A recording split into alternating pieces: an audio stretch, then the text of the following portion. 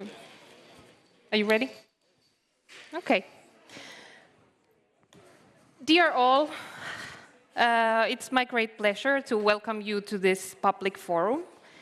This event is organized by Finnish Society for Development Research, University of Eastern Finland, and Finnish University Partnership for International Development, UNIPID. We are gathered here today for a very interesting discussion, but we are also here to start the annual Development Days conference that officially starts tomorrow. But already today we have had two interesting workshops for master's students and doctoral researchers, and now we're gonna end this day with this public forum. My name is Meeri Tiensuu, and I'm a doctoral researcher from Tampere Peace Research Institute, and I'm also one of the co-chairs of the Development Days conference this year. Today, in this panel that is titled Critical Perspectives on Wars, Maldevelopment and Liberation in the Global Middle East, we bring together some scholars whose work critically examines global development, political economy, and decolonization. As we soon start the conversation, I would like to invite our speakers, as well as you in the audience, to reflect on some of the questions that maybe frame this event. What does liberation mean? What counts as liberatory movement? How to unpack the relationship between development, maldevelopment, and liberation? What kind of opportunities lie in liberation movements? Those were some of the questions that I was thinking about when I wanted to initiate this conversation late last year.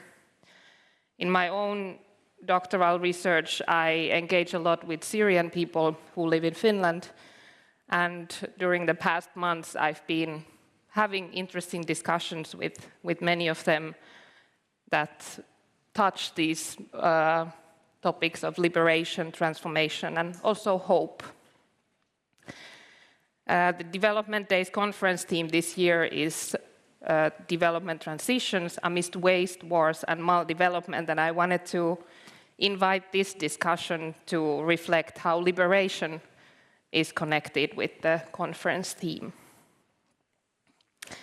I think that these themes are not only academic concerns, they are very urgent and deeply political matters that influence the everyday life of individuals and communities and societies.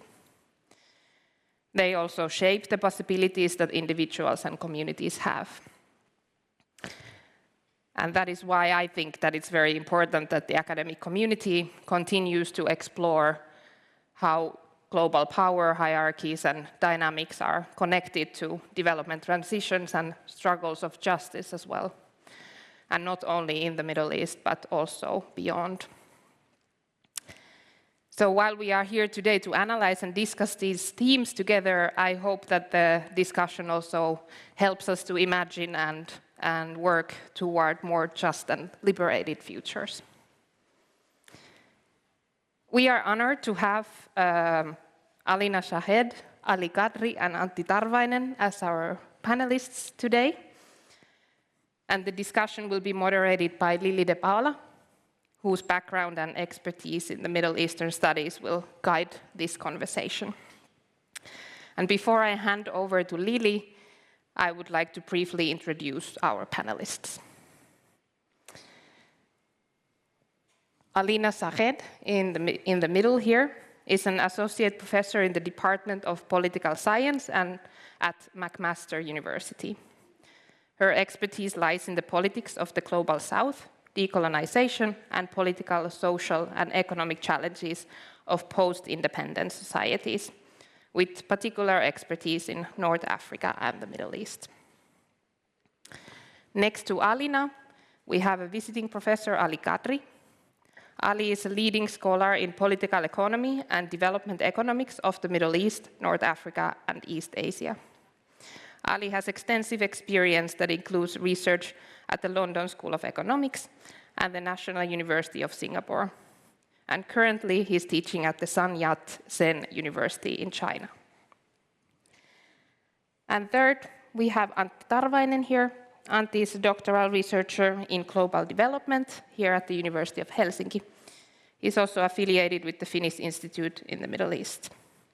Antti's work critically engages with innovation economies and settler colonialism, particularly in the context of Silicon Palestine.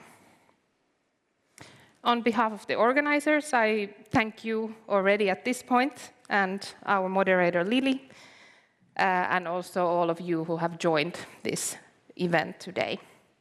And without further ado, I will now hand over to Lili. Thank you. Thank you so much, Mary. On my behalf as well, I would like to welcome you all in our audience and, of course, our speakers to this discussion tonight. We will focus on critical perspectives on wars, maldevelopment, and liberation in the global Middle East.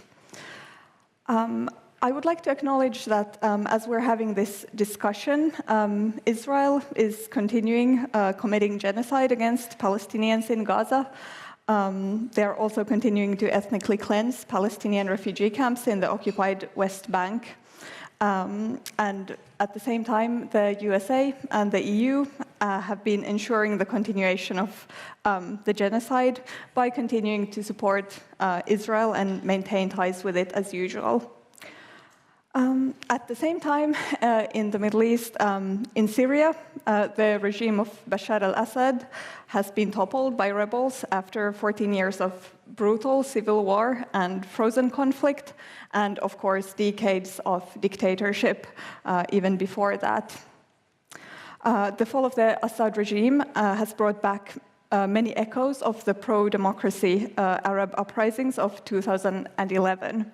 And I think that with those echoes, they are also a reminder that many of the underlying causes that sparked those uprisings and revolutions in the first place are still present in the region, from authoritarian rule to corruption to economic inequalities. So against this backdrop, I would like to turn to our speakers, and I would like to open the conversation with a slightly broader question. So all of you have, in various ways, studied the connection of development or maldevelopment in the Middle East and North Africa region to political economy. So I was wondering if you could walk us through how you start unpacking this relationship between development, maldevelopment, and political economy in the Middle East. Perhaps, Antti, we can start with you, and then Alina and Ali. Okay, yeah, thanks. It's a huge and broad question, so I don't know even where to begin. But, okay, let's begin somewhere. Development is really a curse word for Palestinians. I think that's a good starting point. So one history of development in the Palestinian occupied territories is that since the 90s, with the Oslo Accords, you have a huge influx of development aid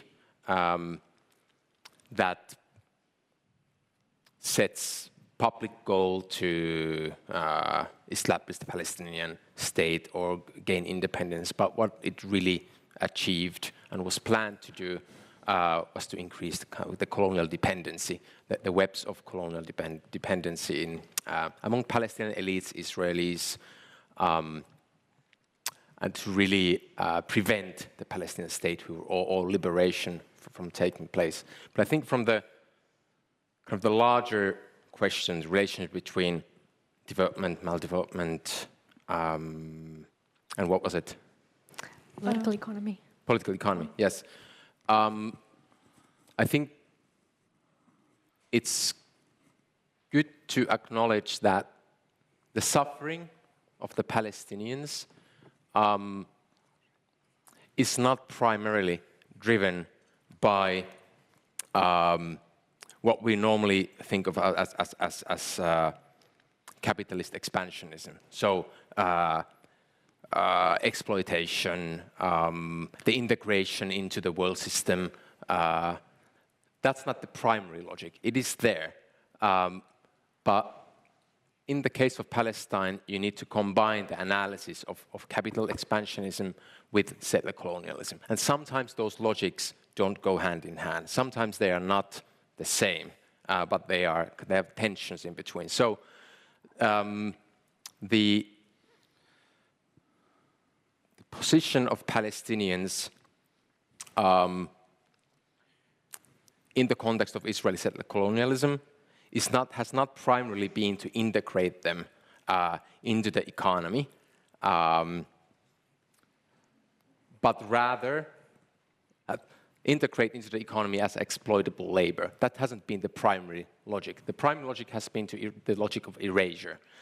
And this is what the settler colonial analytics brings to the table. But at the same time, you can't have these logics as separated from each other. So if you look at it from the kind of larger perspective, the geopolitical perspective, the history of empire, and so forth, then you see it's kind of the larger context of political economy in which Palestine is located into. So 100 years ago, why the Brits went there for the first time. Palestine as such wasn't the object of extracting natural resources or exploiting labor, but it was strategically located on the eastern coast of the Mediterranean, close to Egypt and close to Suez Canal. So kind of the military base for protecting the interest of the empire and the world and the trade routes that went through Suez Canal. So Palestine, and this history of course continues right now. We see in the various efforts that has long, existed before the Abraham Accords, the efforts to normalize Israel's position in the larger regional economy. So Palestine plays a role as an object of pacification and as an object of guarding the Palestinian agency in order to facilitate the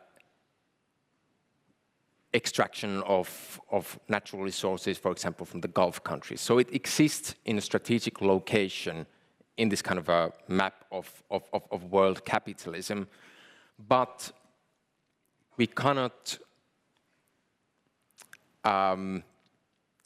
simply conflate the suffering of Palestinians as an outcome of capitalist expansion or the drive towards exploitation. And this is why in the Palestinian political economy, in the literature, you have the tradition of the kind of critically attacks the literature of underdevelopment, this kind of center-periphery ideas. You have the notion of de-development instead of underdevelopment. So that the goal from the Zionist perspective, from the settler colonial perspective, has rather been to prevent the creation of productive industries inside Palestinian territories, the creation of a large reserves of labor to be exploited. And Zionism has this kind of double tendency. There's the accelerationist genocidal logic that drives towards erasure, whether symbolic or material. Now we see it as a genocidal logic, and the kind of liberal, neoliberal logic that drives towards exploitation. And these two sides of Zionism are always in tension.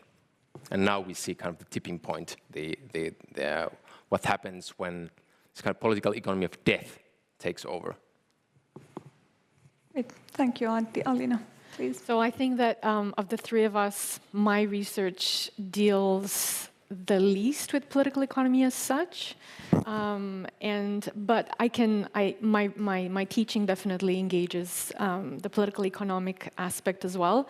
And I think that both Antti and Ali can speak more to Palestine and Syria, and I want to address already established post-colonial states, like in my research, Algeria, And so I don't necessarily focus, or I don't undertake a political economy research, but I do look at development as an ideology, right? As an ideological paradigm that shapes the kind of potential, but also avenues of post-colonial states, right? The kind of options or policies or projects that they embark on, right? So in the case of Palestine, the idea of development is complex because it is complicated by the situation of settler colonialism. But in a situation like post-colonial Algeria or Egypt, then the developmentalist narrative becomes, in a way, implicated in neocolonial relations, right? Insofar as it depends primarily on extractivism as a logic, or on policies that give preferential treatment to corporate interests or to powerful governments. So I think in my research, I focus a lot on the role that development after decolonization, if we accept that decolonization is a finished process, which I don't. But if we take decolonization as a starting point for thinking of development, that we have to realize that developmentalist narratives are always implicated with neocolonial agendas, insofar as it privileges certain capitalist forms or platforms, right? Like extractivism is the primary logic. Corporate and foreign investment as the primary way of undertaking, economic processes in the region. So in that sense, there are common trends or common processes in post-colonial states where development becomes this template that it's supposed to be adopted and desired by post-colonial governments, right? And there may be differences and varieties of projects or development, but there is always a hardcore of development, right? That it's supposed to be premised on modernization, on the industrialization, on extractivism, on certain types of relationships to the global political economy, which is one where the Global South is not given preferential access or fair access, right? So in that sense, I look at development as an ideological paradigm that continues to shape political processes in the Northeast, in North Africa and the Middle East. Yes, so the topic is maldevelopment or de-development and development. And so we could understand development by many ways, but development in its raw state is a sort of improvement in capacity, in production, in growth that translates in the betterment of living conditions and translates in the betterment of institutions. Institutions come to represent the interest of the people, and not only the people of the nation, but the people who are cross-national, because there are no people who are contained within a nation that are alone, because the global production process is one process.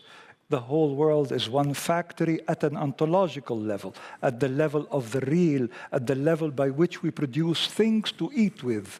That's how the world really is, because no country can survive alone, no nation, no people can survive alone. So in terms of value and production, the whole world is integrated. And so when we speak of development, we speak of those things. When we look, and development is improvement, amelioration of these conditions, of social conditions in time. And time, of course, as we all know, is qualitative, not quantitative. It's not like 1, 2, 3, 4, 5, 6, 7, 8, whatever. It is really a different condition. In the year 89, we compare conditions in the year 89 to the potential and the capacities that existed in the year 89. But we compare what exists now to the capacities and potential that exist now. So when we do comparisons in time over quantitative variables and things like that, we're being really very arbitrary. Because, for instance, now a human being with the development of the, of medicine and technology, what we call the productive forces, should live to 100, let us say. Well, 90, I mean. But they live to 50 in some places, and they do so not because of natural disasters, because there are socially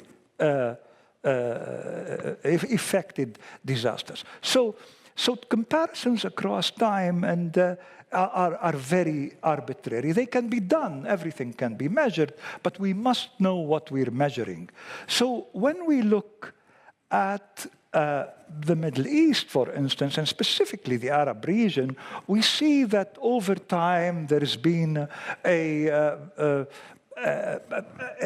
development, for instance, and lack of development, sufficient development in literacy, in health and education and so forth. There's probably rising illiteracy in some places, not probably, for sure there is rising illiteracy in some places. And if we look at the improvement in life expectancy, which is a measure, that sort of consolidate and distills all the measures that there are here and there, we see that this improvement has been sluggish overall in many places, but actually it went back, for instance, in places that experienced, like Sudan and in some places we have Gaza for sure and the West Bank. So we have Syria for sure. We have a measure that actually tells us a lot about development, the life expectancy. And that measure, even if we take account of the qualitative differences across time and we measure things correctly, what we observe is a case of maldevelopment. And the principle reason, again, as I said, is usually the neoliberal policies of austerity that say to the state, look, if you liberalize the market, things will, you will get heaven afterwards.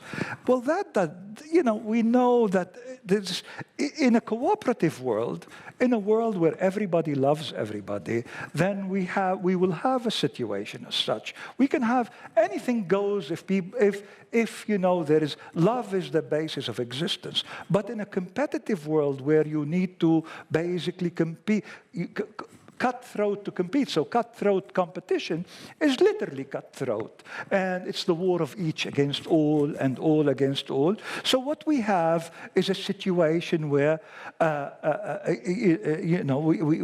we end up having a social policy that's actually going to mitigate against development and the betterment of social conditions in relation to the time.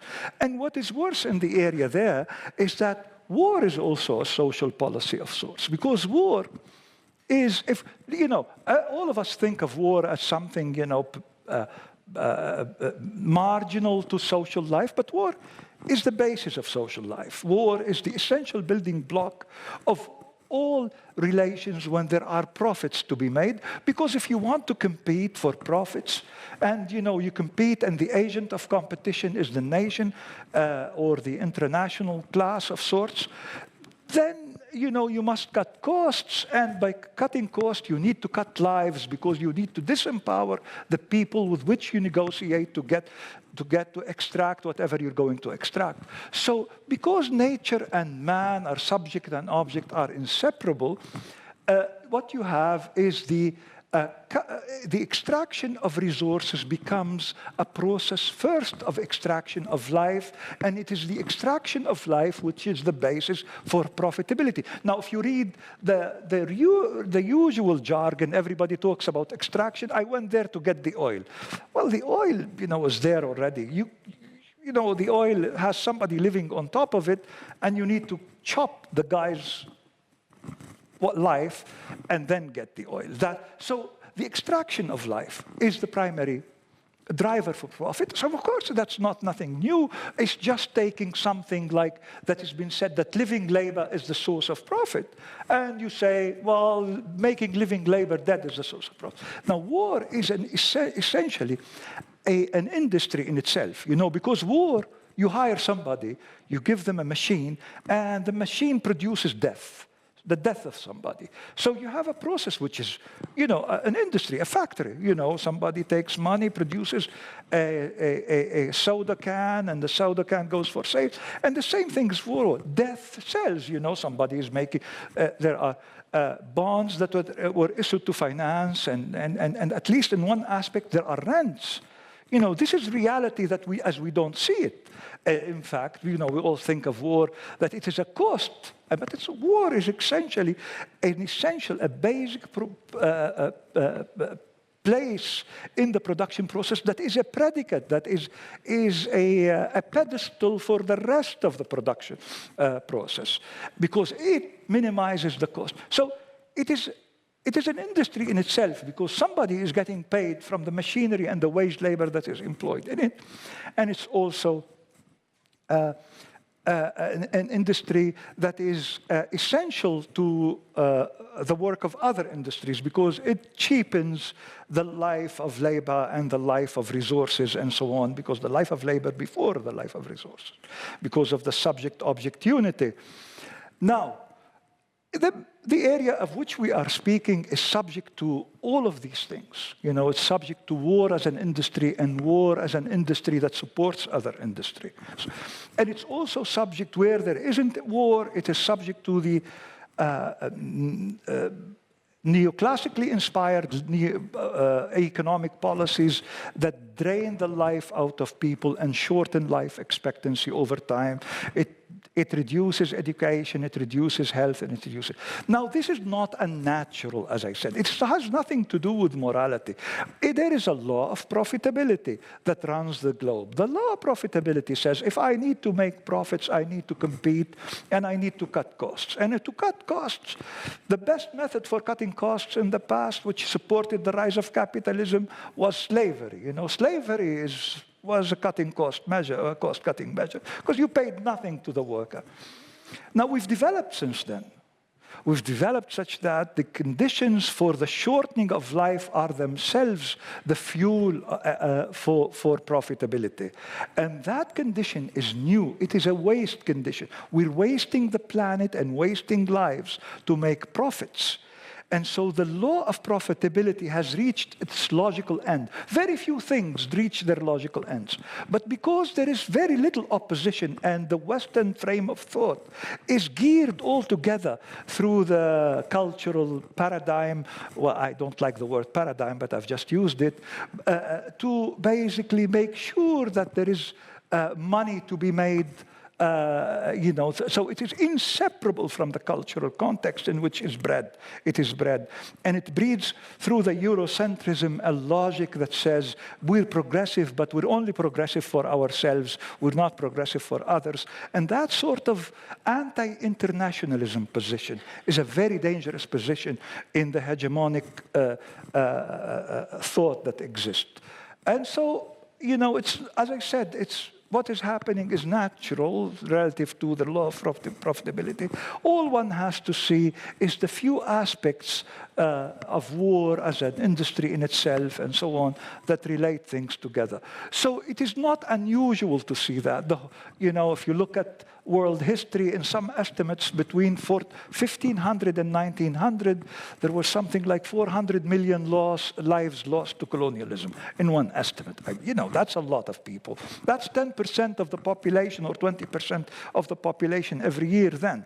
And some estimates of 20th century losses of war and hunger and related to war and hunger and unnecessary death is 500 million people. So altogether, since the 1500s or something like that, you have 1 billion people who died for social causes as opposed to natural causes. And this is new. Before people died more of natural. This is new, and that's not new because, well, it is systemic. It is systemic and systematic. So it is necessary, but not exclusive. There is a law of development that makes things necessary. And the law of development of capital makes these things necessary. And therefore, it is not unusual. There is nobody bad or good. There is no, of course, it's all bad, in vulgar, but that's how things are relative to the laws of history. And we shouldn't be surprised if there is another genocide and another genocide. The genocide itself is the fuel of profits, in a sense, right? Thank you. Yeah, thank you for that. And you already mentioned waste and its relationship to capital accumulation. And Antti, as well, you mentioned erasure as you were speaking. And I would like to continue maybe picking apart this train of thought a bit more. So discussing how economic growth and profits can be related to wars and maldevelopment and erasure in the Middle East. Maybe I'll jump over to Antti, and Ali, I'll be right back with you in a moment. So Antti, you have studied, or you study the entanglements of Israeli innovation economy and colonialism or colonial erasure of Palestinians. So could you talk a bit more about how this Israeli innovation is linked to the erasure of Palestinians? Yeah, maybe I start with, is this on? It was erased. Bad joke, sorry. Yeah, I think just a moment. I think the sound person is taking care of it.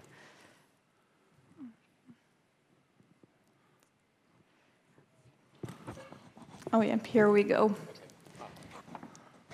Thank you.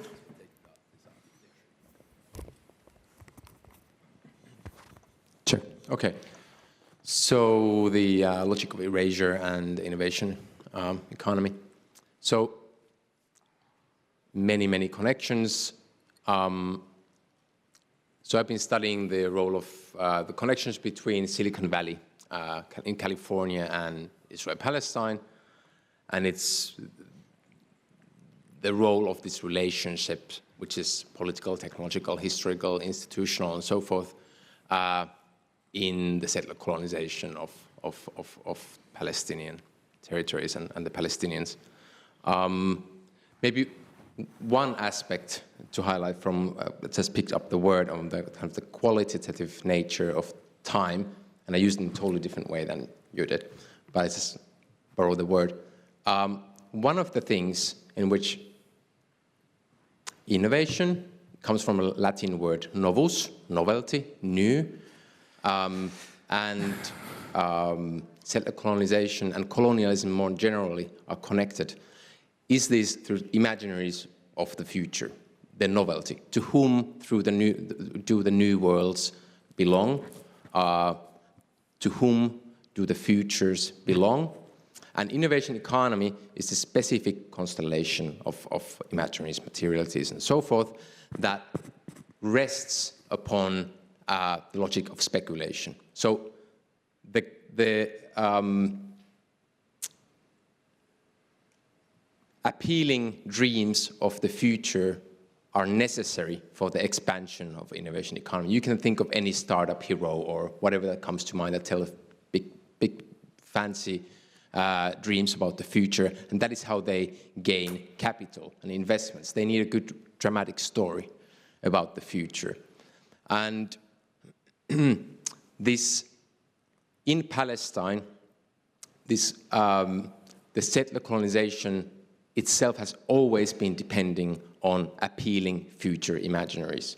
So you think about the making the desert bloom, which simultaneously goes towards the future and towards the past. That is the kind of teleological nature of Zionist speculations. And right now, today, I just saw an AI video from Trump posted in his, what do you call it, Truth Social channel, where you have this perfected imagery of Gaza turned into this high-tech, beautiful party scenery where Elon Musk is partying and money is falling from the sky, and Netanyahu and Trump are hanging out in the by the pool. So one of the things that I've been looking at is what is the political nature of capitalist speculation in Palestine and how it functions to erase and capture Palestinian future. So that is just one element that I've been looking at. But there is a long historical role between how new technologies and imaginaries of new technologies are used to colonize and mobilize colonization in Palestine. Early Zionist writers all wrote about utopian dreams about how this Palestine would be colonized and taken and turned into this kind of a model laboratory of new technologies. So there's a long history in this. More than 100 years ago, from California, the Zionist movement went to California, more than 100 years ago already, and asked the best engineers that then worked in the agricultural sector to come to Palestine and develop these kind of modern technologies and the new industrial base for colonies. So there's a long history of the California-Palestine connections. More recently, since the 90s, when you have the kind of coming together of two dreams, the dream of peace with the Oslo Accords and the liberal globalization theory, embodied by the Californian growth model. So that is the kind of the moment, the pivotal moment in which dreams about peace and perfect futures align with techno-capitalism. So as you might know, currently, Israel is one of the leading centers of high-tech economy directly after Silicon Valley. Whenever you open your mobile phone or your laptop, you go through Israeli technology. You don't know the brands because it's based on startups. So they sell startups to big high-tech companies, Google, Facebook, Amazon, and so forth. But when you open your gadgets, you go through Israel somehow. So ever since the 90s, different peace plans have integrated this idea of Israel as a hub of futurist technologies, as the kind of legitimizing tool for integrating Israel into the world economy and into this imaginaries of peace. And peace has functioned as this, the Palestinian dreams are always pushed towards the future, and Israeli gets its capital investments straight away. And this has been the history of peace plans. And you see it repeating time after time. And of course, there's history relationship, there's these temporal relationships, but there's also what happens inside Israel-Palestine with the innovation economy, how it is deployed to colonize space also. So new facilities, high-tech needs space, it needs offices. It's often built on this kind of liminal spaces where Palestinian territories and Israel onto the edge as a way of incorporating more Palestinian land. This is happening, for example, in Jerusalem. And then you have the whole technology development paradigm in which Palestinians are used as this kind of a test field of new technologies to market them and to survey them at the same time. So many connections. Mm-hmm. Yeah, maybe just a follow-up question. Like you were talking about Jerusalem and the West Bank, but what about Gaza, and how do you see these dynamics, maybe also this technological development aspect playing out in what is happening in Gaza right now? Yeah, before the October 7th, there were few initiatives so Google had invested in one place in Gaza, for example, and there were few Israeli capitalists who had operations in Gaza. Hamas allowed them to operate because it gave, so outsourcing centers basically in Gaza, really small ones, but they were for Israeli companies through Google and so forth. Hamas knew this and it allowed it to operate. So there was this kind of a slow, marginal process of integrating some of the Gazans as high-tech labor into the Israeli markets. And of course, the fact that Gaza doesn't have a border or it doesn't control its exports, it allows for the cheapening of the Palestinian labor. So they got really cheap technologies from Gaza. And this was 1/5 of the price that you pay from technologies in Tel Aviv, 1/5 of the price you get a body that works in Gaza. After the 7th of October, the underlying dynamic in Gaza, which has been going all along, is that in the West Bank you have more of these initiatives of integration. But in Gaza, it's really an economy of destruction. So some islands of integration, but mainly Palestinians are deployed as this rabbits for war technologies and surveillance technologies. 2023, Israeli high-tech sector panicked. The war really brought a crisis into the Israeli high-tech sector. Capital flew. Much of the knowledge labor, Israelis went away. They didn't want to be there. They were afraid of their safety and so forth. And it took a while the capitalists figured out how to turn this war into an opportunity for accumulation. And the answer was that Gaza will be the birthplace of AI revolution. So after that, you have different AI systems being tested in Gaza. Whether it's startups, whether it's Google, Amazon tests or allows Israeli military to use its AI tools over there, facial recognition technologies and so forth. And then you have Israeli military technologies with the purpose, double purpose. First of all, to generate as many targets as possible, so to make the destruction faster, to accelerate the death toll and the destruction of infrastructures, but the other purpose, to use it as a kind of a place to research, develop, and market these technologies. So I think this is the aspect that has been spoken a lot, has been spoken about quite a lot, but there's a longer history to this relation between technology and settler colonialism, that it's now just pure death in Gaza. Mm-hmm. Yeah, I would like to go back to something that Ali already touched upon briefly. So you were talking about this, extracting lives and not just extracting natural resources. And you already mentioned waste, and you have also written about waste in your research, and how sort of this premature destruction and also excessive waste is somehow central to capital accumulation as well.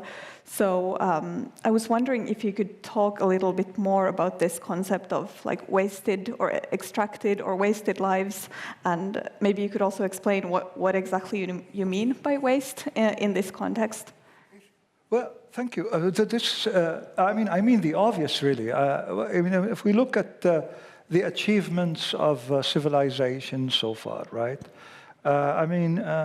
If we read the environmental report about all the global warming and so on, they tell us that in 50 years' time or something, there's going to be close to a disaster. So, and there are plastics and all this, right? So basically, if we produce two things, right? We produce things that are of use, like carpets, or glass or something like that.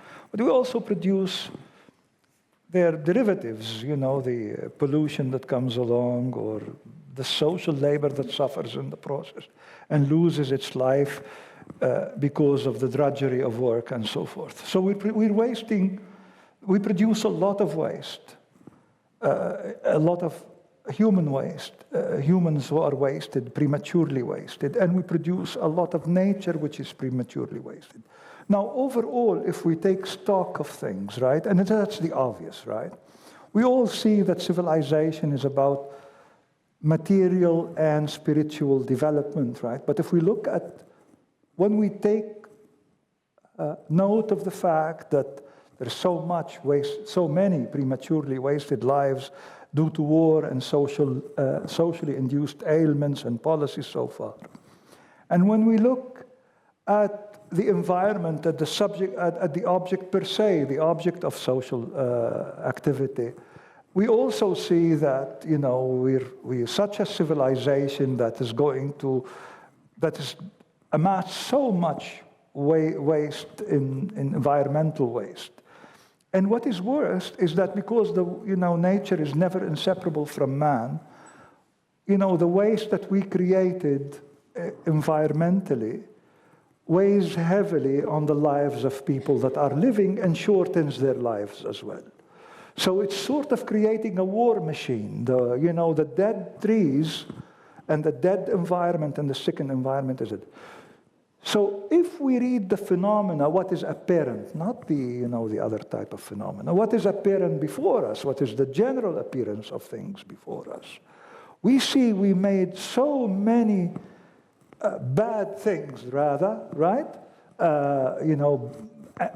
That far outweigh the good things that we made, right? Which are of use. And, well, then if we measure what the civilization is, which is, this spiritual and economic development and development of material wealth and so forth, then we have really, as a human civilization, obviously failed the test of being, a healthy civilization. And the reason, again, it's because of the laws of development. There's a systemic and systematic. It is drawn from the laws of the system itself and occurs time and again, right? So you have a situation where, as a species, the leading ideas of the species, what are the leading ideas that actually have an interface with reality and produce such a phenomena of dead trees and dead people, prematurely dead environment, which also interacts with living people and prematurely kills them, as we all know. Well, what produces this? What frame of thought? What dominant ideas? Because usually if I am, powerful in a sense, I am powerful because my ideas dominate. So it is the powerful around the world, the powerful around the world hold big names. They have names which are, mesmerizing. You can always say a new finding at Harvard found something, and immediately it draws attention because of the aura and the fetishization of such products, name products. So we have this frame of thought, this way of thinking which is dominant, the dominant idea, which is basic, which has interfaced with reality to produce the reality that we have, which is a reality of phenomenal waste. What is more is that the dead trees and the carbon dioxide and the prematurely dead people, they cost money to make dead. We pay money to kill trees and we pay money to destroy people prematurely. So it is also an economic process. And it is an economic process which is far bigger than the healthy economic process. Because the waste is phenomenal. Now, if you think of prices, and we say we have grown by 10,000 or 50,000 or 50 billion or trillions or something like that. Well, these prices are actually symbols which are made by the powerful to, the powerful class, which has the powerful idea which shapes the reality as it is. Well, all this system of accounting and all the system of measurement and the conceptualization of what is to be measured is basically geared towards making a reality appear different than what it really is. Because in point of fact, without making sure, if you destroy the trees without paying for them to be rebuilt, and if you destroy people prematurely, you make a lot more money. Because you shift the social cost of production from yourself as a producer to society. And society pays for it. They're going to pay for it in medicine and shorter lives and things like that. So the source of profit is this waste, the waste of life and the costs to social reproduction. That's what we call value, the cost to social reproduction. So in a sense, what we are doing is, waste is the phenomenal. We live in a planet which is fully wasted, and it's wasted for a price, and it's wasted for money, and the prices of waste, sometimes they're called negative prices, for reasons of illustration. They feed into profits because they lower the costs. And that's pretty important, But let's think logically about things for a second. If we live in a planet that requires us to waste the nature, social nature, man and environment we call social nature. If we live in a planet that requires us to exponentially use inputs cheap by their very destruction to produce something then we live in a very sick environment. Well, of course, we all know it's a very sick environment, social and natural environment, right? So that sort of thing is what we live with, and what is patently obvious, and yet it is not addressed in theory, because the very people who have the ideas that reproduce this, the big names, the big newspapers, the big things, they make money out of the situation. And they can, for instance, in the future develop their own, if you want to speak about a real but a dystopian future, they can make their own, microcosm of good, while there are many films about this out there, but it's not really a fiction. In a sense, it exists now in the world, in cities in the developing world, where there is millions that live in a city which is highly polluted, which shortens the life expectancy and so on, and destroy, and you have cities which don't undergo this. So you have a class system, a global, but the class system is international. A class is never national. That's a stratification which is basically delusional, but of course delusional with real impacts, because for ideological reasons, like every theoretical approach to things. So that's the point. So we have really, waste is nothing new. But the only thing new about it is people probably, I don't know, but it's paid for and it's the source of profits. So if you need to waste yourself to make profit as a planet, and you have an idea that runs the show as such, I don't think that's a really good situation. But anyways, and the Middle East is the bottom of the barrel, so to speak. It has both war and environmental catastrophes. So one, shouldn't. It is unsurprising, but it is not a very nice thing to think about. Cheers.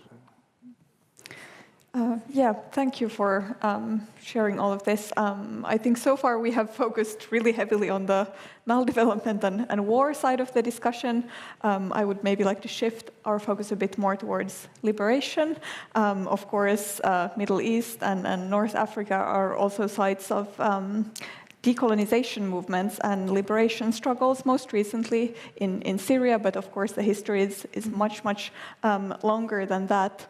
So Alina, you have researched decolonization as well as anti-colonial solidarity in the global south, and you have also studied anti-colonialism in international relations. So maybe, in the context of the recent events, but also of your research, what do you think would constitute or constitutes a liberatory or revolutionary moment in the Middle East at this point? And maybe you can reflect a bit on, like when we talk about liberation, like who's liberation for whom? This is a fantastic question. So thank you, because it speaks directly to the heart of my research. And of course, the question of what is liberation is both huge, but also vague, because liberation has become, if you look anywhere in the literature or research of anti-colonialism, decolonization, legacies of colonialism, or current activist movements, right? There's a lot of nodding towards the idea of liberation. But liberation is not an empty signifier, right? It has a content, or at least it's meant to have a content. So if you look at the actual activities or actions of political movements or actors, then one of the questions that needs to be asked is, what version of liberation is it being enacted? And we have something that, I call a minimalist version of liberation, meaning liberation is simply the idea of removing an oppressor, whether it's internal or external, right? That's a minimalist idea of liberation. And we see that, enacted over and over again, whether it was during the anti-colonial struggle or recently with recent events in Syria, right? So if we take a very minimalist understanding of liberation as simply the removal of an oppressor, whether it's internal or external, it is liberation, but it's also a very restricted understanding of liberation, right? Then there is a more capacious or generous understanding of liberation, where liberation is freedom from oppression, right? And that can be understood oppression externally by an external actor, such as colonialism, or internally, whether it's internal colonialism or internal hierarchies or internal systems of oppression, right? And in my research and study of colonialism, and especially of anti-colonial movements and decolonization, although a lot of anti-colonial movements start with a larger or more capacious understanding of liberation, very soon during decolonization struggle or immediately after, they tend to get bogged down into a minimalist version of liberation, which is we got rid of the colonizer, right? Or we removed Bashar al-Assad in Syria, right? So is that liberation, right? Is that sufficient? It might be an important first step, but the question that I ask is that sufficient? Is that liberation, right? And I want to refer to the work of Amilcar Cabral, and some of you may be familiar with Cabral's work, and this is something from his speech at the Tricontinental Conference in Havana in 1966. And the speech was a public address, so it was called The Weapon of Theory. And he speaks of liberation as an act of culture. And why does he say liberation is an act of culture? Because he says liberation entails not only an appreciation of the local society's unique characteristics, values, and systems, but also a commitment to internal critique. So for him, this was really important. Liberation is a dual movement, right? It's a removal of the colonizer or of the oppressor. It is an understanding, a deep understanding of the local values, systems, specificities, but at the same time, a commitment to internal critique, meaning a commitment to removing or changing those internal local systems that are not necessarily liberatory, that are not leading to liberation, but rather to oppression, right? And this is what he calls the practice of democracy. And Hassan Kanafani, Palestinian author and writer, speaks in his theoretical work a lot about the practice of democracy, meaning that liberation is not simply a removal of an oppressor, but also a commitment to a practice of democracy, right? So a socialization of the struggle, of anti-colonial struggle or the liberatory struggle. So if I were to look in the region, right, for instance, does the removal of Bashar al-Assad is a form of liberation? Depends who's asking the question and depends who's answering the question. It might be a minimalist, right, form of removing a dictatorial regime. The question is what comes after, right? I always, if I don't make my students, then I definitely recommend my students to watch Battle of Algiers, because it's one of the fundamental political films of the 20th century. And there's a point in the Battle of Algiers where one of the FLN revolutionaries looks at the camera. He talks to another FLN operative, and he says that it's hard enough to start a revolution. It is even harder to fight a revolution. But the hardest part of all is to sustain a revolution. Right? Once you've accomplished the minimalist goal of, say, removing the colonizer or changing a regime, the hardest part is to sustain and maintain a revolution, right? To commit yourself to that internal critique that Amilcar Cabral talks about, right? And I think that this is where the deepest challenge has been with a lot of post-colonial societies, right? Is maintaining the revolution. And I don't want to sit here and say that this is an internal flaw of anti-colonial movements or of post-colonial governments, because it is, obviously. But we also have to remember that we always have to keep in context that every time an anti-colonial movement accomplished the minimalist goal, it was consistently and immediately interfered with by global structures, by capitalist circulation, forms of circulation, by powerful governments, by powerful institutions, international institutions. So, you have a double challenge. On the one, to maintain a revolution, and on the other hand, to keep interference from happening, which we know that interference was impossible to remove, right? So if I were to give the example that I'm most familiar from my research, which is Algeria, the FLN, the National Liberation Front, was the revolutionary movement during the anti-colonial struggle, right? It was successful in its goals in the sense that there was an independent Algeria that acquired independence in 1962. It became the de facto ruling party in 1962, and then it also became the de facto unique party, right? And sooner or later, it turned into an authoritarian regime, right?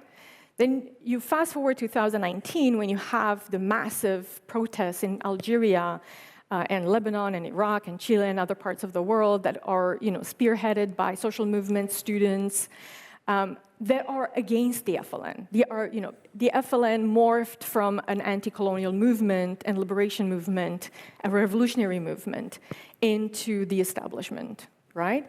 The content of liberation changes with historical context, but also with the content. Like, is there a long-term commitment to an internal critique? Is there, there is a commitment to a practice of democracy? Or do we have simply a replacement of a ruling party by another ruling party? Do we have the replacement of one power by another power whose goal is to capture the state, right? And all the institutions and processes that come along with the capturing of the state, right? So this is the question that now is being asked about Syria, right? Does HTS, keep hope alive, right, for Syrians, or is it simply regime change, right? So the question of liberation is a sticky one, and it's still ongoing, right? But I constantly want to complicate that it's not simply an internal process, it's an internal process as well as an external process insofar as these societies have become independent into a global capitalist economy that constantly wanted to interfere and constantly wanted to engage them in disadvantageous ways, if that term exists. The question of liberation is indeed a sticky one, and I think part of why it is so sticky is that, like you mentioned, a lot of times in a situation where there is a dictator that should be removed or a colonizer, once that happens, then there are all of these huge, like, structural forces, global economic structures that kick in, and then it's somehow really hard to even start unpacking, like, how to liberate ourselves from this, because it's so huge and faceless. I'm actually wondering if you have any ideas on, like, what kinds of sources of agency can liberation movements have, like, in the face of, I don't know, capitalism, militarism, geopolitics, and also if there are any lessons to maybe learn from the region's revolutions or the decolonization processes. The question of agency is a good one. It's also a difficult one. I remember reading Talal Asad, anthropologist Talal Asad, and he is very critical of the idea of agency. He sees it as this liberal term that tries to pin responsibility on individuals, whether it's individual as a person or as individual as society, and doesn't look at structures, right? So I think when we talk about agency in the context of politics, in the context of global politics, especially in North Africa, the Middle East, but generally in the global South, it's impossible to not tackle the idea of structures, right? Meaning geopolitical structures and geoeconomic structures, right? So insofar as, the capitalist economy is a global unit, and with, that portends certain questions and answers that are already preset and predetermined. The question of agency is one of, do you have option 1, 2, or 3, right? And for some actors in the global South, the option is 1 or 2, It's not even 1, 2, or 3, right? So the idea of agency is what wiggle room do you have in a structural system where economic and political paradigms are already set for what is legitimate and what is considered to be legitimate, right? That being said, I think that if you look, for instance, at, I mentioned the protests in 2019, Arab uprisings in 2011, there was a lot of attention to them and even a lot of hope placed or pinned on them, precisely because they were grassroots movements, leaderless movements, by a variety of organizations and groups that whose purpose was not the capture of the state per se, but rather, a different kind of paradigm, right? So I think that there is a clear desire and mobilization around alternatives. But the question is to what extent these alternatives are viable in a structure that is quite rigid. Yeah. Maybe at this point we can turn back to Europe and USA for a moment. So I'm still thinking about these faceless structures in a way. So in the USA, in Europe, it seems like these colonial and imperial continuities are really present, as ever. As I said, Europe has really failed to act to stop the war crimes and the crimes against humanity against Palestinians. At the same time, the USA has funded the ongoing genocide right from its onset.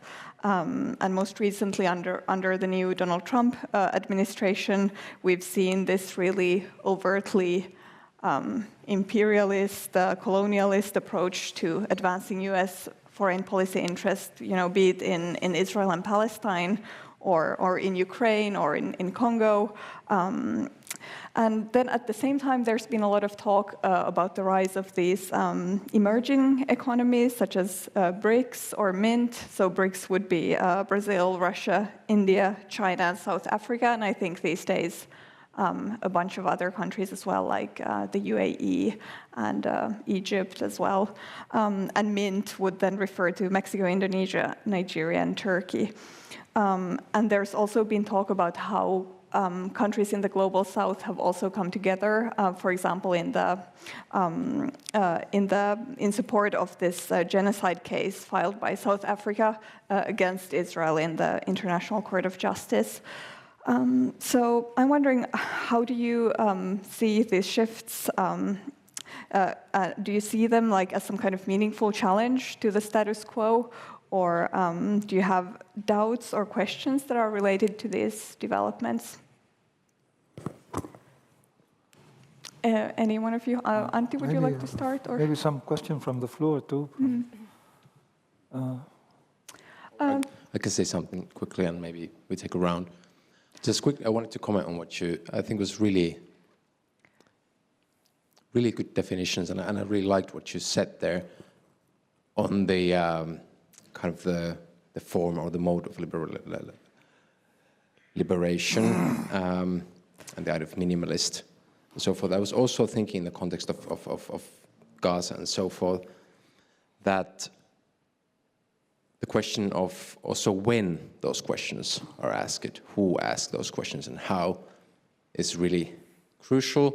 I think throughout the genocide, especially at the first year or so, this kind of ritual going on that everyone had to, when they spoke for Palestine or spoke about the horrors of what Palestine has been going through for a long, long time, they had to go through the ritual of condemning Hamas. Mm-hmm. And what is the political work that this ritual does?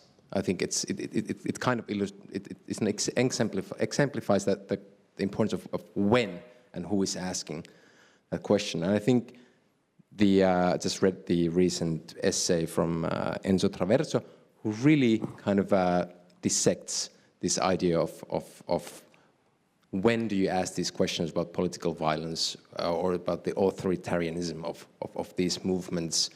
So that's just a comment on it, and the kind of the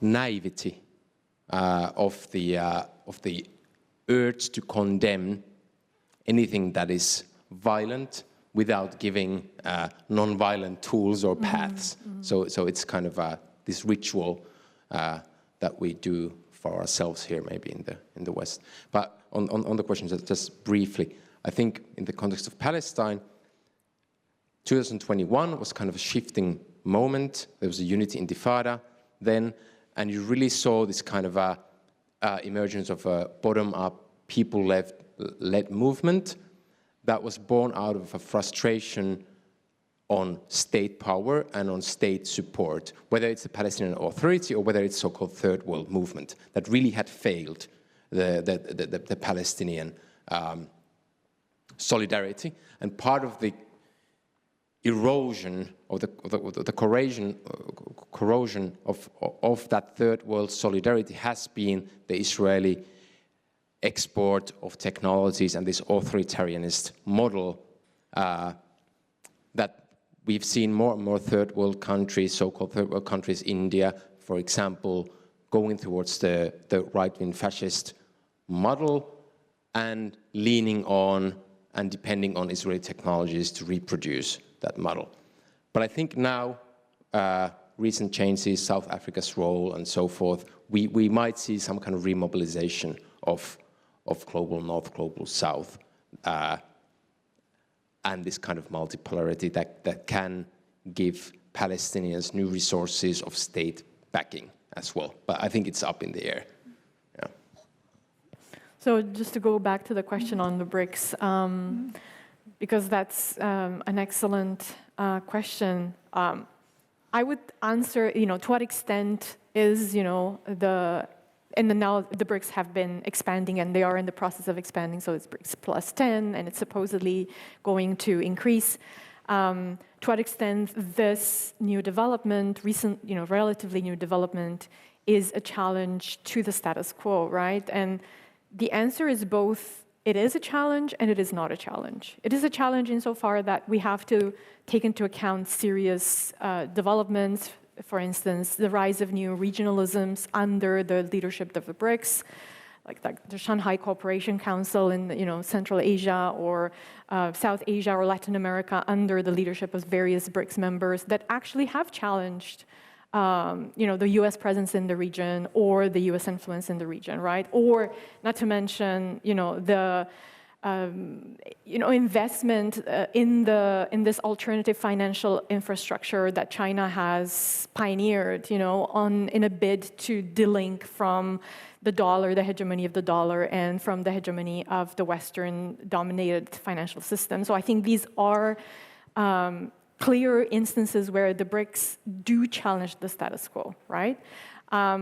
However, I would answer also, no, they don't challenge the status quo insofar as the kind of models economic models or even political models that they propose are ultimately, ones that are underpinned by, obsession with economic growth and, capitalism.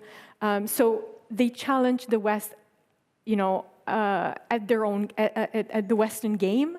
They don't seek to change the game. The game is the same, right? The game is the same, meaning accumulation of profit and, but ultimately there is no challenge of this model, right? The model stays the same, but rather, there's a pushback as to the amount of influence that the West is supposed to exert, right? So an increase of, if you want, agency of the BRICS or certain, countries or societies in the global South. So I would look at, what is so far, to what extent they have challenged the status quo and to what extent they actually nod, to the status quo and maintain it. Yes.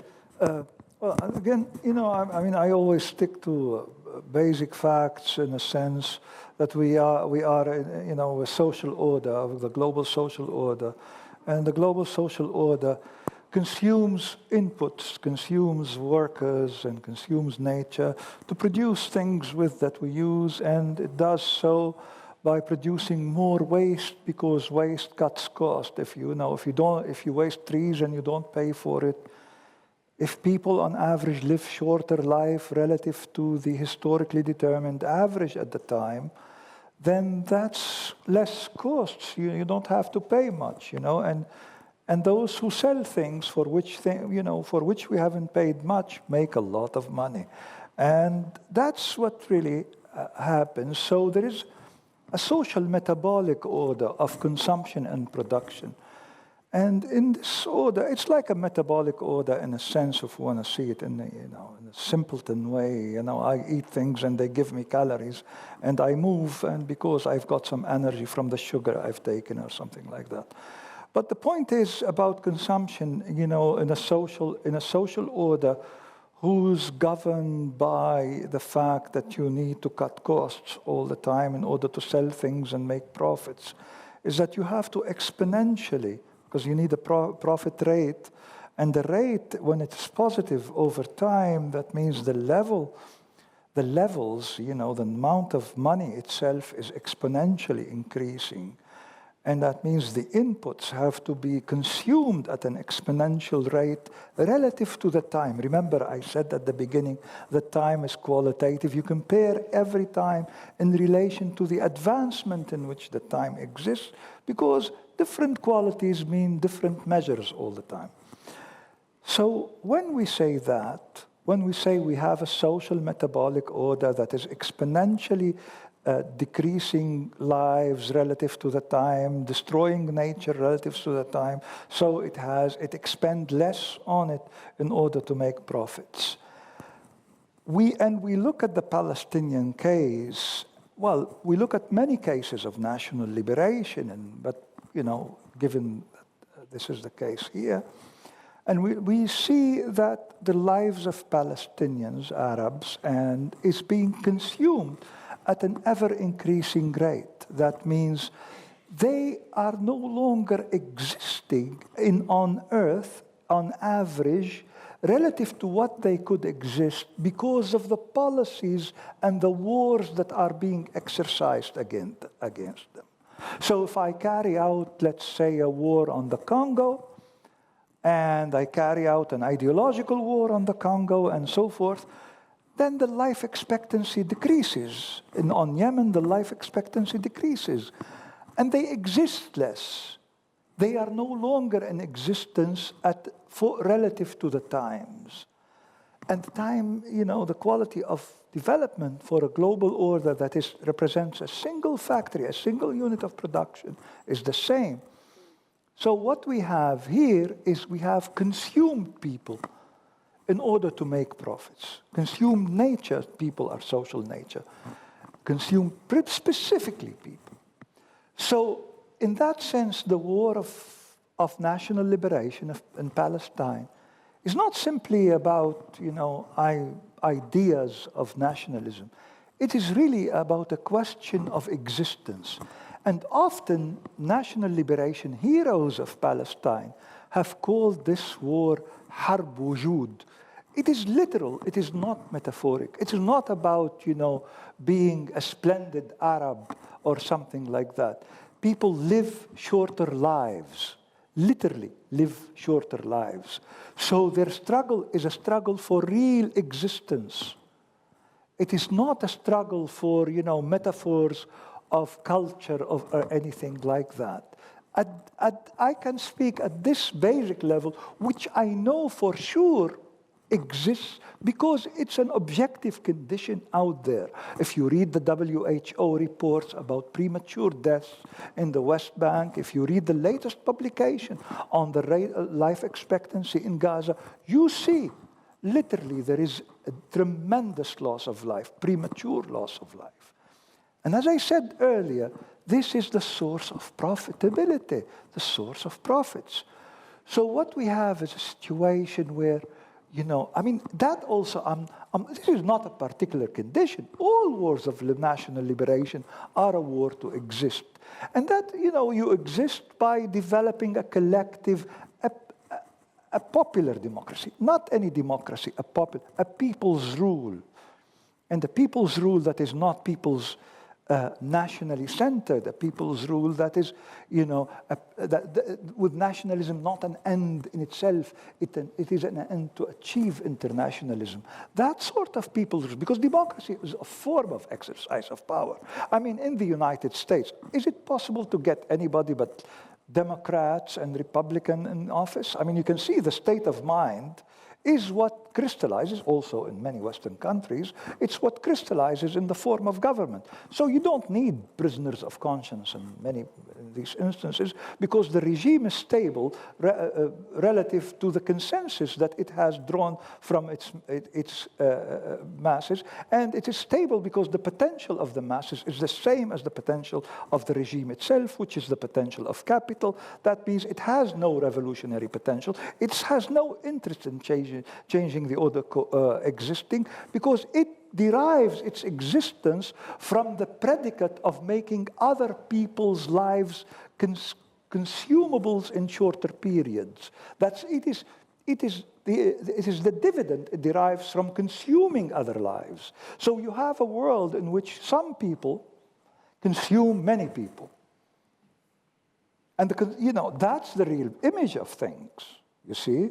And so it's a cannibalistic order. Some others said that as well. So we live in a the same order that has given us the waste is a cannibalistic order. And this is not a rhetoric of sorts. It exists. If you are losing people and you've destroyed everything so far in relation to what could exist, and in relation to the fact that you have to basically destroy to make money, which is really the reason why there is money, in a sense, profitability. Okay? So you have a situation which is, you know, extremely, this is the reality of things. So the fight of the Palestinian people is not, it is really a fight for existence. And the fight of any other peoples around this third world seeking national liberation, it is a fight. It is a fight to retain resources. I want my people to stay here, not to emigrate, because I'm going to redeploy the resources here. I'm going to retain value and recirculate value within the national economy. Whether it is capitalist or socialist, this is now irrelevant as well, because you don't transfer to socialism overnight, as some Western Marxists would say, right? I mean, this is quite utopian. They don't understand the third world. They live in cuckoo land, right? So what needs to be said here is when there is a struggle for national liberation, that struggle for national liberation is also a struggle for literal existence. It is not a struggle for, I want my poetry to live in the future. Poetry will live in the future irrespective, and that's what's meant by it, really. Thank you. Yeah. At this point, thank you to all of our panelists for the structured part from my behalf of this conversation is reaching its end. So I would like to open the discussion actually to our audience as well. So if there are any questions, just please put up your hand, and there should be someone with a mic right over here. Thank you for everyone. I will speak about 4 points. Why we are in war in this world? Because in Middle East, I will speak for Middle East. If one person divorces his wife, he divorced his wife because America say to him, divorce her. This is the first. All government in Middle East come against democracy by America.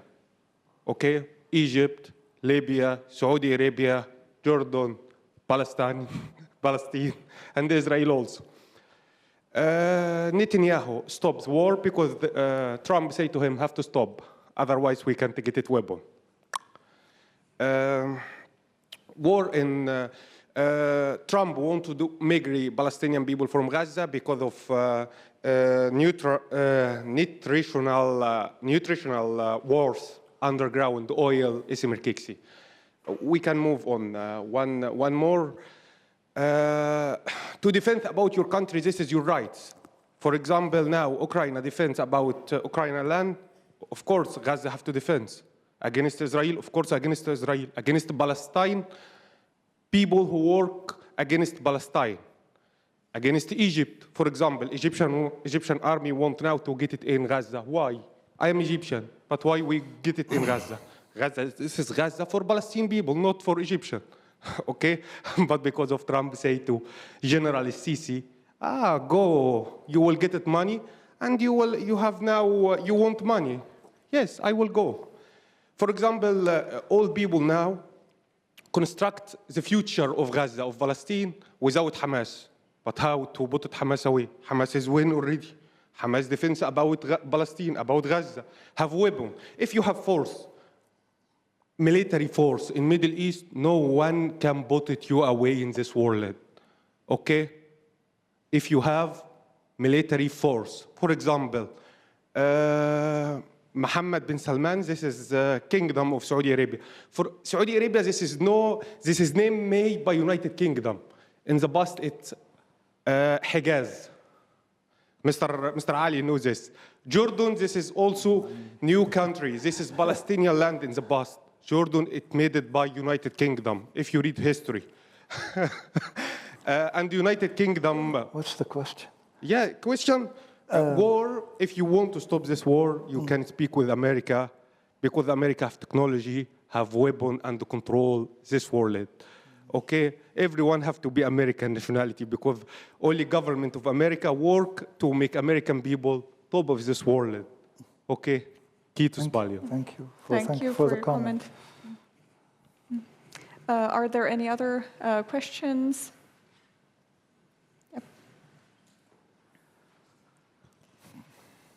Yeah, hi. I wanted to ask about how you kind of think of the difference of what liberation entails compared to, you know, the struggles for national liberation in the 60s, in the 70s.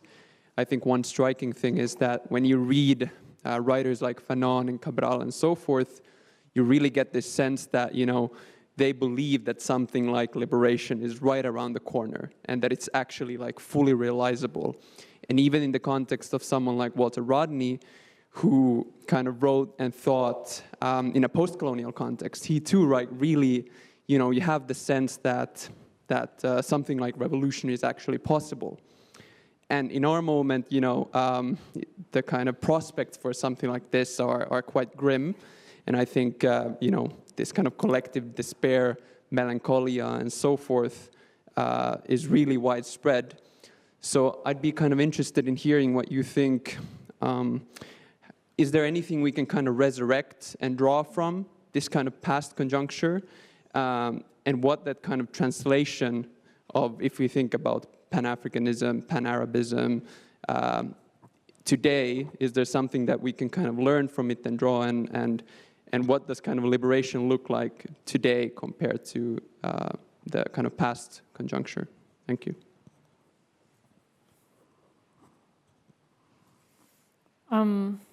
So this is a wonderful question, right? And the reason why the long 1960s, right, was such vibrant moment for decolonization, and why the word of the day was national liberation, was because the idea and the future of liberation at that time was still open-ended, right?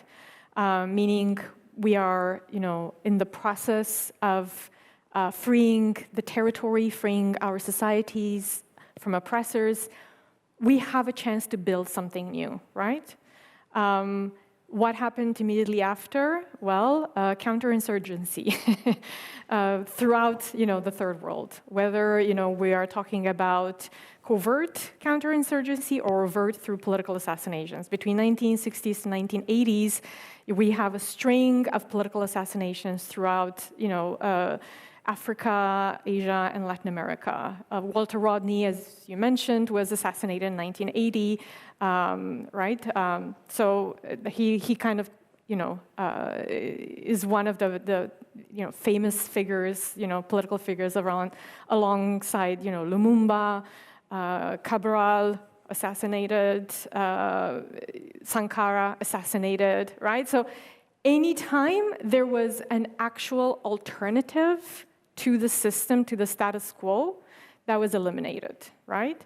So, and then you have the rise of neoliberalism as a global doctrine, right? And the squashing of the third world project, and the squashing of all of these potentialities and ideas, right? So, and I think 1980s becomes a decade that, 1980s and 1990s that sort of, embodies the squashing of alternatives, the death of the new international economic order, the defeat of the new international economic order as an alternative, right?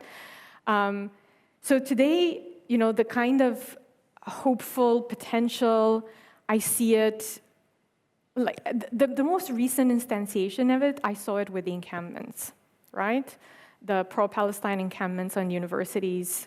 My university had an encampment. And I say why I saw that because, and I know that this was not unique to my university, that actually a lot of the encampments had a little tent, a library tent. And if you go into the library tent, they had a variety of publications from Fanon to Cabral to, communist or Marxist analysis to you name it, right? And it was public, everyone could go and read, right? Which gives you a sense that, this is not something that was pertained to 1960s and it was just kind of frozen in time, but rather these kind of ideas and ideals are being kept alive by the younger generation, right? And the genocide definitely has radicalized and mobilized people from throughout the world, However unhopeful or hopeful political solutions are, there is right now a global discourse around Palestine that is both in the global north and in the south. And again, the consequences of this are yet to come, but I don't think that is insignificant, right? This is the most recent, example of this kind of potential, right? Yes. Any other questions?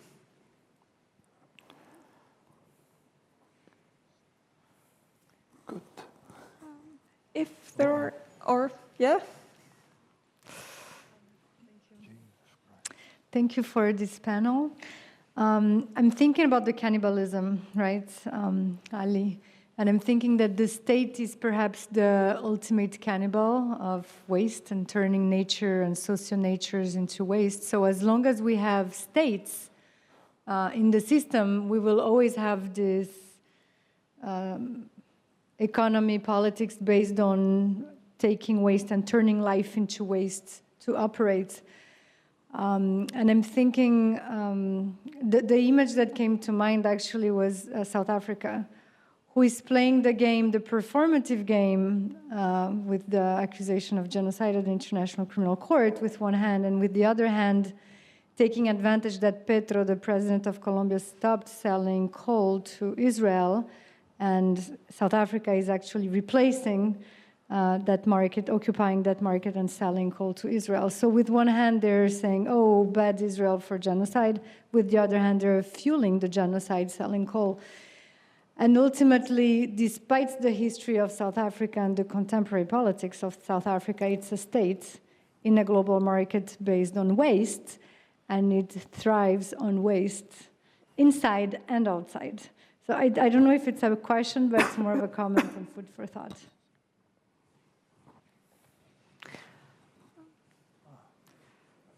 Thank you. Anyone else? I think we still have time for questions, comments. If there are no questions or comments, I think we can wrap up. There are still closing remarks from the organizers, I believe.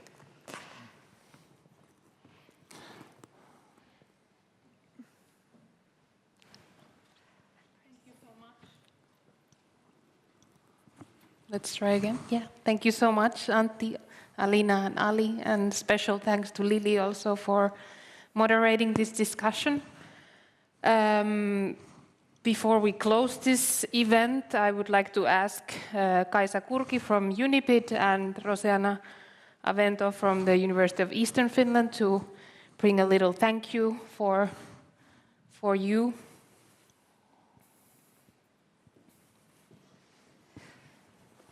Okay, on behalf of the University of Eastern Finland, I'd like to thank you all for being here and for your deep insights. It was a really good conversation to follow and lots of food for thought. And also to the audience, thank you for coming, and also to the online audience for following. So the sort of events are nothing without an audience, of course. And thank you to the organizers. Well, thank you also from UNIBIT, the Finnish University Partnership for International Development. A very thought-provoking discussion. And thank you very much for joining us tonight.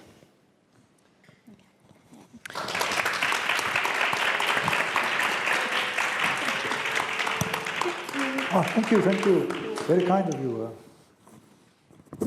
And before I let you all go and continue your evening, as said, this was just the beginning of the Development Days conference that we will kick off tomorrow officially, and I hope to see many of you there. I would especially like to invite you to join the Kapuczynski lecture tomorrow morning at 10. Alina is kindly providing a very interesting talk. You can find more details behind this QR code. So this event will be open for all audience. The registration for the conference has unfortunately already closed, but if you are interested in joining, you can come and talk with me after this, and maybe we find a seat for you in the conference. But as said, this event is open for all, and you can find more details behind the QR code. Thank you, everyone. Thank you for you to join us today. Thank you for all the speakers, and have a lovely rest of the evening.